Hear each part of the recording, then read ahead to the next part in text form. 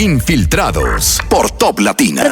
Seguimos en sintonía por su programa Infiltrados y la emisora 101.7 Top Latina. Seguimos ahora, señores, con el señor Rafael Compte Guerrero, abogado, profesor e investigador en la Universidad Católica de Santiago de Guayaquil, en Ecuador, para hacer conexión y comentar un poco sobre cómo sigue la situación allá en el país. Buenas tardes, don Rafael.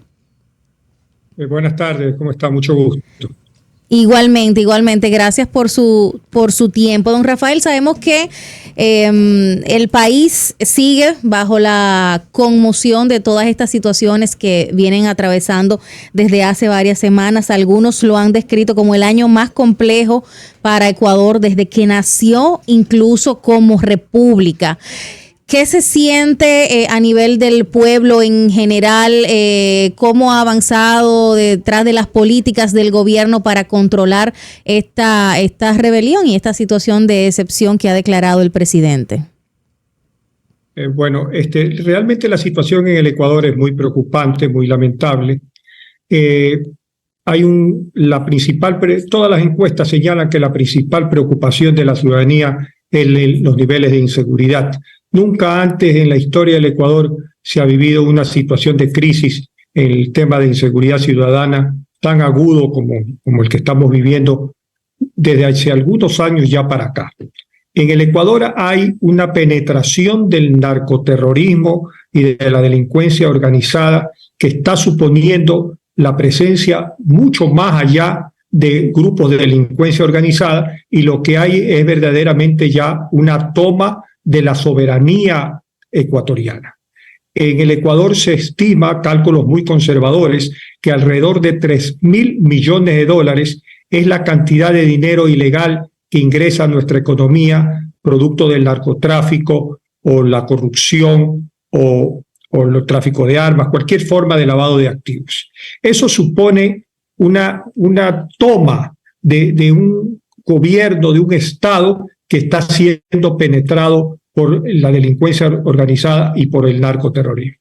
Eso se evidencia en la convivencia diaria que todos tenemos.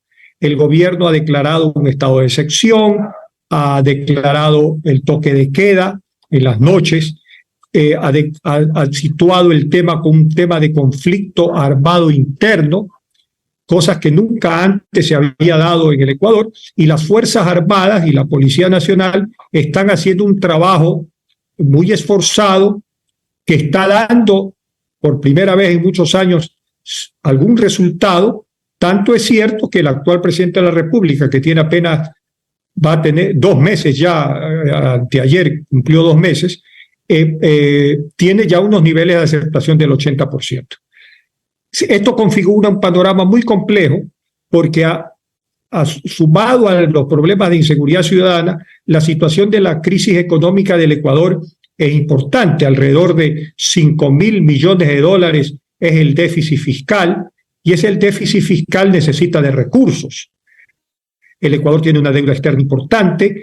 En este momento el gobierno está planteando que ciertas medidas económicas, como por ejemplo la subida del IVA, el impuesto al valor agregado, que ha sido desde hace muchos años el 12%, se lo pretende subir al 15%, y eso supondría una estimación de ingresos anuales más o menos de 1.500 millones de dólares. Bueno, entonces estamos en la circunstancia de una situación muy compleja. La relación del gobierno con el poder legislativo, y toda esta incertidumbre que vivimos los ecuatorianos, que se ha hecho crisis en las últimas semanas o meses, ¿verdad? ¿Y son suficientes estas medidas? Lo pregunto tras un cuestionamiento que veía en uno de los medios de circulación diaria ya en Ecuador, si realmente todas las medidas que estaba tomando el gobierno, considerando la gravedad de la situación, el asesinato del fiscal César Suárez, la irrupción en las cárceles, la toma de canales de televisión, si eran suficientes, si estaban a la altura de lo que estaba viviendo la población.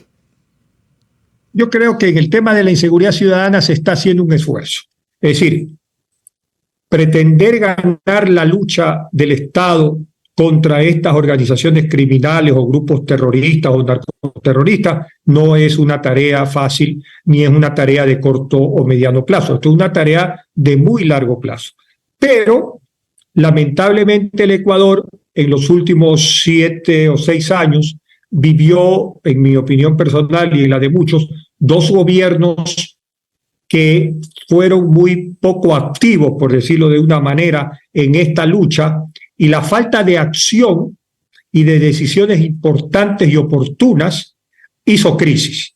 Por ejemplo, el tema de las cárceles. En las cárceles ecuatorianas en los últimos años ha habido una serie de matanzas significativas por encima de las 400 o 500 personas y se ha hecho muy poco.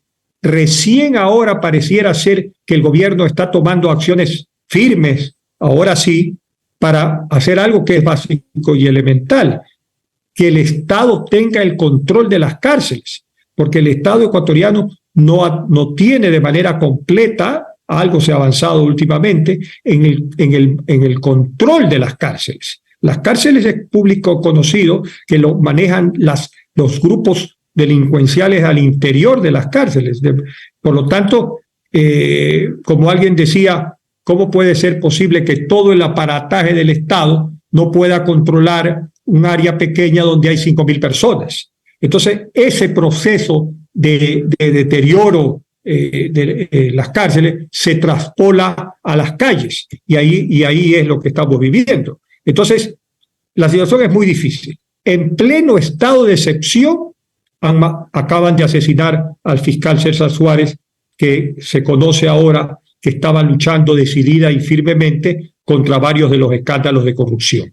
Entonces, es un panorama complicado, muy difícil, de una solución, si es que la llegará a haber algún día, de largo plazo, no de corto ni mediano, pero por lo menos sentimos, y esto hay que reconocerle al gobierno, que hay una iniciativa de toma de decisiones frente a la inercia, a la falta de acción de los gobiernos anteriores. Doctor Comte, le saluda Edwin Cruz. Una pregunta. El gobierno argentino vende como panacea y tiene una agenda muy puntual de dolarizar la economía, que es lo que se ha hecho en Ecuador en gran medida. Entonces, el presidente Noboa dijo recientemente que la dolarización es uno de los problemas que ha de alguna manera facilitado que el narcotráfico pueda multiplicar y pueda hacer más fácil las operaciones allá. ¿Usted está de acuerdo con eso? ¿Y cómo funciona eso que declaró el presidente Noboa? A ver, mire, el Ecuador tiene una dolarización desde enero del año 2000.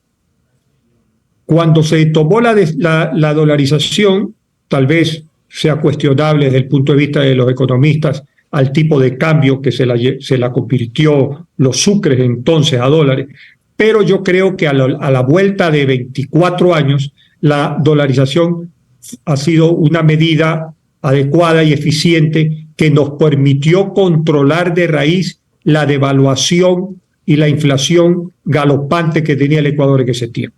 Ahora, si bien es cierto, esa ha sido una gran ventaja, también es verdad que el dólar como una medida de cambio internacional o generalizada también es más ha facilitado, podría decirse, el manejo de esta moneda para estos grupos irregulares.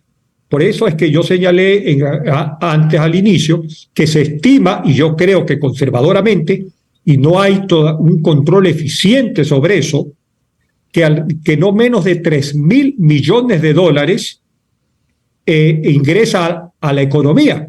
Y paradoja cruel, diría yo, en el fondo esa inyección significativa de dólares irregulares en buena medida también ayuda a sostener la dolarización, porque más tarde o más temprano, de las diferentes formas que se hacen, son dólares que ingresan a la economía y no puede tampoco, sería ingenuo suponer que a través de la economía formal se comienzan a lavar esos dineros. Entonces, ahí hay una paradoja, pero yo no creo que eso pudiera dar lugar bajo ningún punto de vista que el Ecuador esté pensando, nadie está pensando, nadie se atrevería a plantear la desdolarización.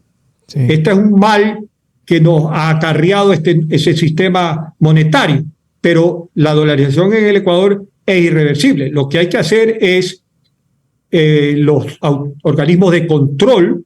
Existe un organismo aquí que se llama la UAFE, la Unidad de Análisis Financiero y Económico, que tendría que controlar adecuadamente a través de la banca formal, incluso cómo es que se penetra y se regula la inyección de estos dólares en la economía, ¿no? Sí, profesor, Michael Matos de este lado, ¿cómo la clase política, tanto oficialista como de la oposición, ha manejado esta situación? ¿Hay algún entendimiento? Porque obviamente esta crisis sumada a esas luchas de esas pandillas que, ¿verdad?, como usted dijo, que fue provocada desde las cárceles, pues deberían de alguna manera llamar a una unidad de la clase política para tomar decisiones y apoyar esta situación. Bueno, en el Ecuador históricamente ha habido una ausencia de políticas públicas o políticas de Estado. La unidad de las fuerzas políticas y de los gremios y todos los organismos del poder o de la sociedad civil ha sido ausente en el Ecuador. Recién, a raíz de la conformación de la nueva asamblea, que apenas tenemos pocos meses, y es importante señalar que este es un gobierno atípico porque durará solamente 1 año y medio, igual esta asamblea, sin perjuicio de que se pueden reelegir, se ha dado cierto nivel de unidad en ciertas fuerzas políticas que ha permitido la aprobación de un par de leyes de alguna importancia. No de gran importancia, pero de alguna importancia. Eso daría lugar a suponer que hay la posibilidad de diálogo, aunque tampoco cabe decir también, creo yo, que no se trata de acuerdos totalmente claros y transparentes que nos permitiría saber a ciencia cierta cuánto van a durar, qué es lo que se ha acordado, hasta dónde es el alcance de ese acuerdo. Pero atendiendo su pregunta, una gran unidad política no se ve. No hay en el Ecuador, creo yo, una política de Estado que supere a los gobiernos de turno y que nos permitiría decir, ahora sí, estamos unidos ante la lucha, ante un mal que nos supera en la coyuntura política.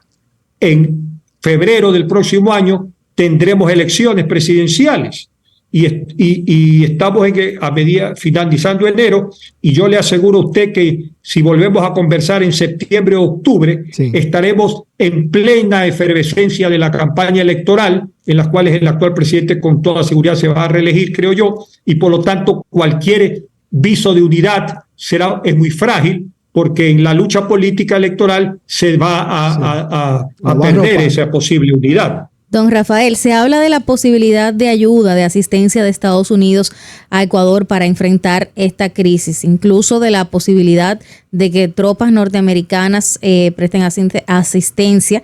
Se ha debatido incluso si se necesita una aprobación de parte de la Asamblea Legislativa al respecto. ¿Cuál sería el alcance de esta ayuda y cuál es el parecer, el sentir del pueblo respecto de la misma? Yo creo que en general es tan alto el nivel de desesperación del pueblo, de la gente respecto a la situación que vivimos, que ustedes tienen que entender que es una situación de crisis grave, inédita. Nunca antes en la historia del Ecuador hemos vivido estos niveles de inseguridad. Los ecuatorianos hasta hace algunos años atrás nos jactábamos de ser una isla de paz en medio de países que vivieron lamentablemente situaciones de violencia tan graves como Colombia en la época de Escobar o como de Perú en Sendero Luminoso. Esa isla de paz se perdió ya hace algún tiempo para acá. Por lo tanto, la población ve con buenos ojos cualquier cosa que vaya en la línea de ese combate. Y la ayuda norteamericana, que pues todos asumimos que cuenta con con la experiencia, la tecnología, la fuerza, etcétera, etcétera, para hacer un combate eficiente, podría darnos algún tipo de resultado. De todas maneras, ahí hay un debate jurídico que es no menor. Estas tropas norteamericanas podrían ingresar al Ecuador, pero para que no atente contra nuestra soberanía, entrarían a ser bajo la orden de las autoridades militares ecuatorianas. Y ahí yo ya veo un problema. Dudo mucho que autoridades o militares norteamericanos, si es el caso que van a venir militares, o simplemente es un tema que se va a limitar a la asesoría, van a estar a la orden de fuerzas militares ecuatorianas. Y estaría en contra de nuestra soberanía si ellos vienen a dar órdenes adentro de nuestro territorio. Es decir, hay un tema complejo jurídico que no es menor, pero sin duda, ante la gravedad de la crisis, cualquier ayuda evidentemente de expertos con muchísima más tecnología y experiencia que nosotros, es bien vista por la ciudadanía, pero sin perder de vista estas circunstancias de orden de soberanía y jurídica que están alrededor del tema. Doctor Comte, una última pregunta de mi parte. ¿Usted ve un clima en la sociedad de estar dispuesta a ceder sus libertades civiles para poder rebasar esta situación?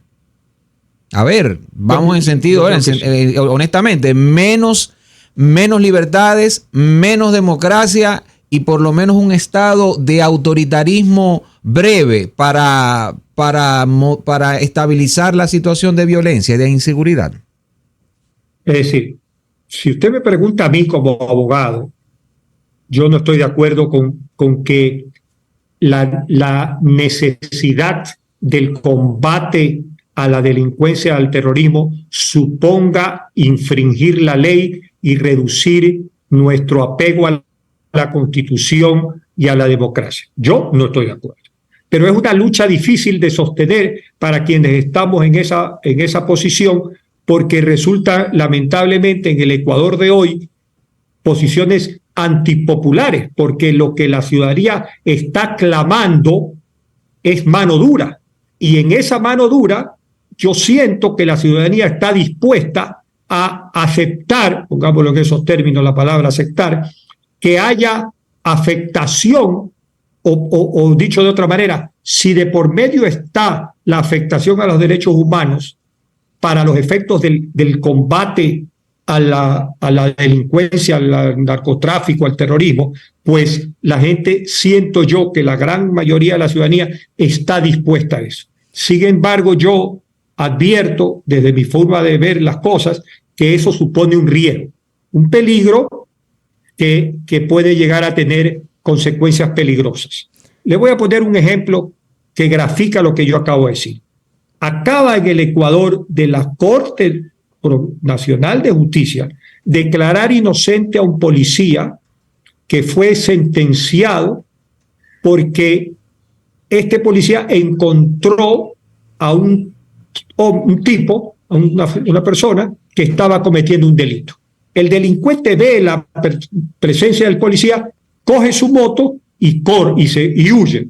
Y el policía le dispara por la espalda varios tiros y lo mata. La justicia inicialmente lo condena a este policía por evidente uso abusivo de la fuerza, claramente, pero luego el clamor ciudadano de alguna manera consiguió que la Corte de Justicia llegue a razonar que la seguridad ciudadana es un bien que hay que proteger y en la lucha por esa seguridad ciudadana se entiende el proceder de este policía. Yo no estoy de acuerdo con eso, pero la ciudadanía sí lo está y yo creo que ahí hay un peligro que no se va a ver ahora, pero que más tarde, más adelante, lo podemos lamentar. Don Rafael, muchísimas gracias por compartir con nosotros su tiempo y su sentir, ¿verdad?, sobre esta situación tan difícil por la que atraviesa el pueblo ecuatoriano. De nuestra parte, pues apostar y nuestros mejores deseos para que puedan salir a flote, porque sabemos que es, si no la situación más difícil que han enfrentado en toda su historia, al menos de convertirse en república, es una de las crisis más fuertes que les ha golpeado. Hablamos con el doctor Rafael Conte, abogado, profesor e investigador en la Universidad Católica de Santiago de Guayaquil, Ecuador. Gracias, don Rafael. Nos vamos a una breve pausa y en breve continuamos. Infiltrados por Top Latina.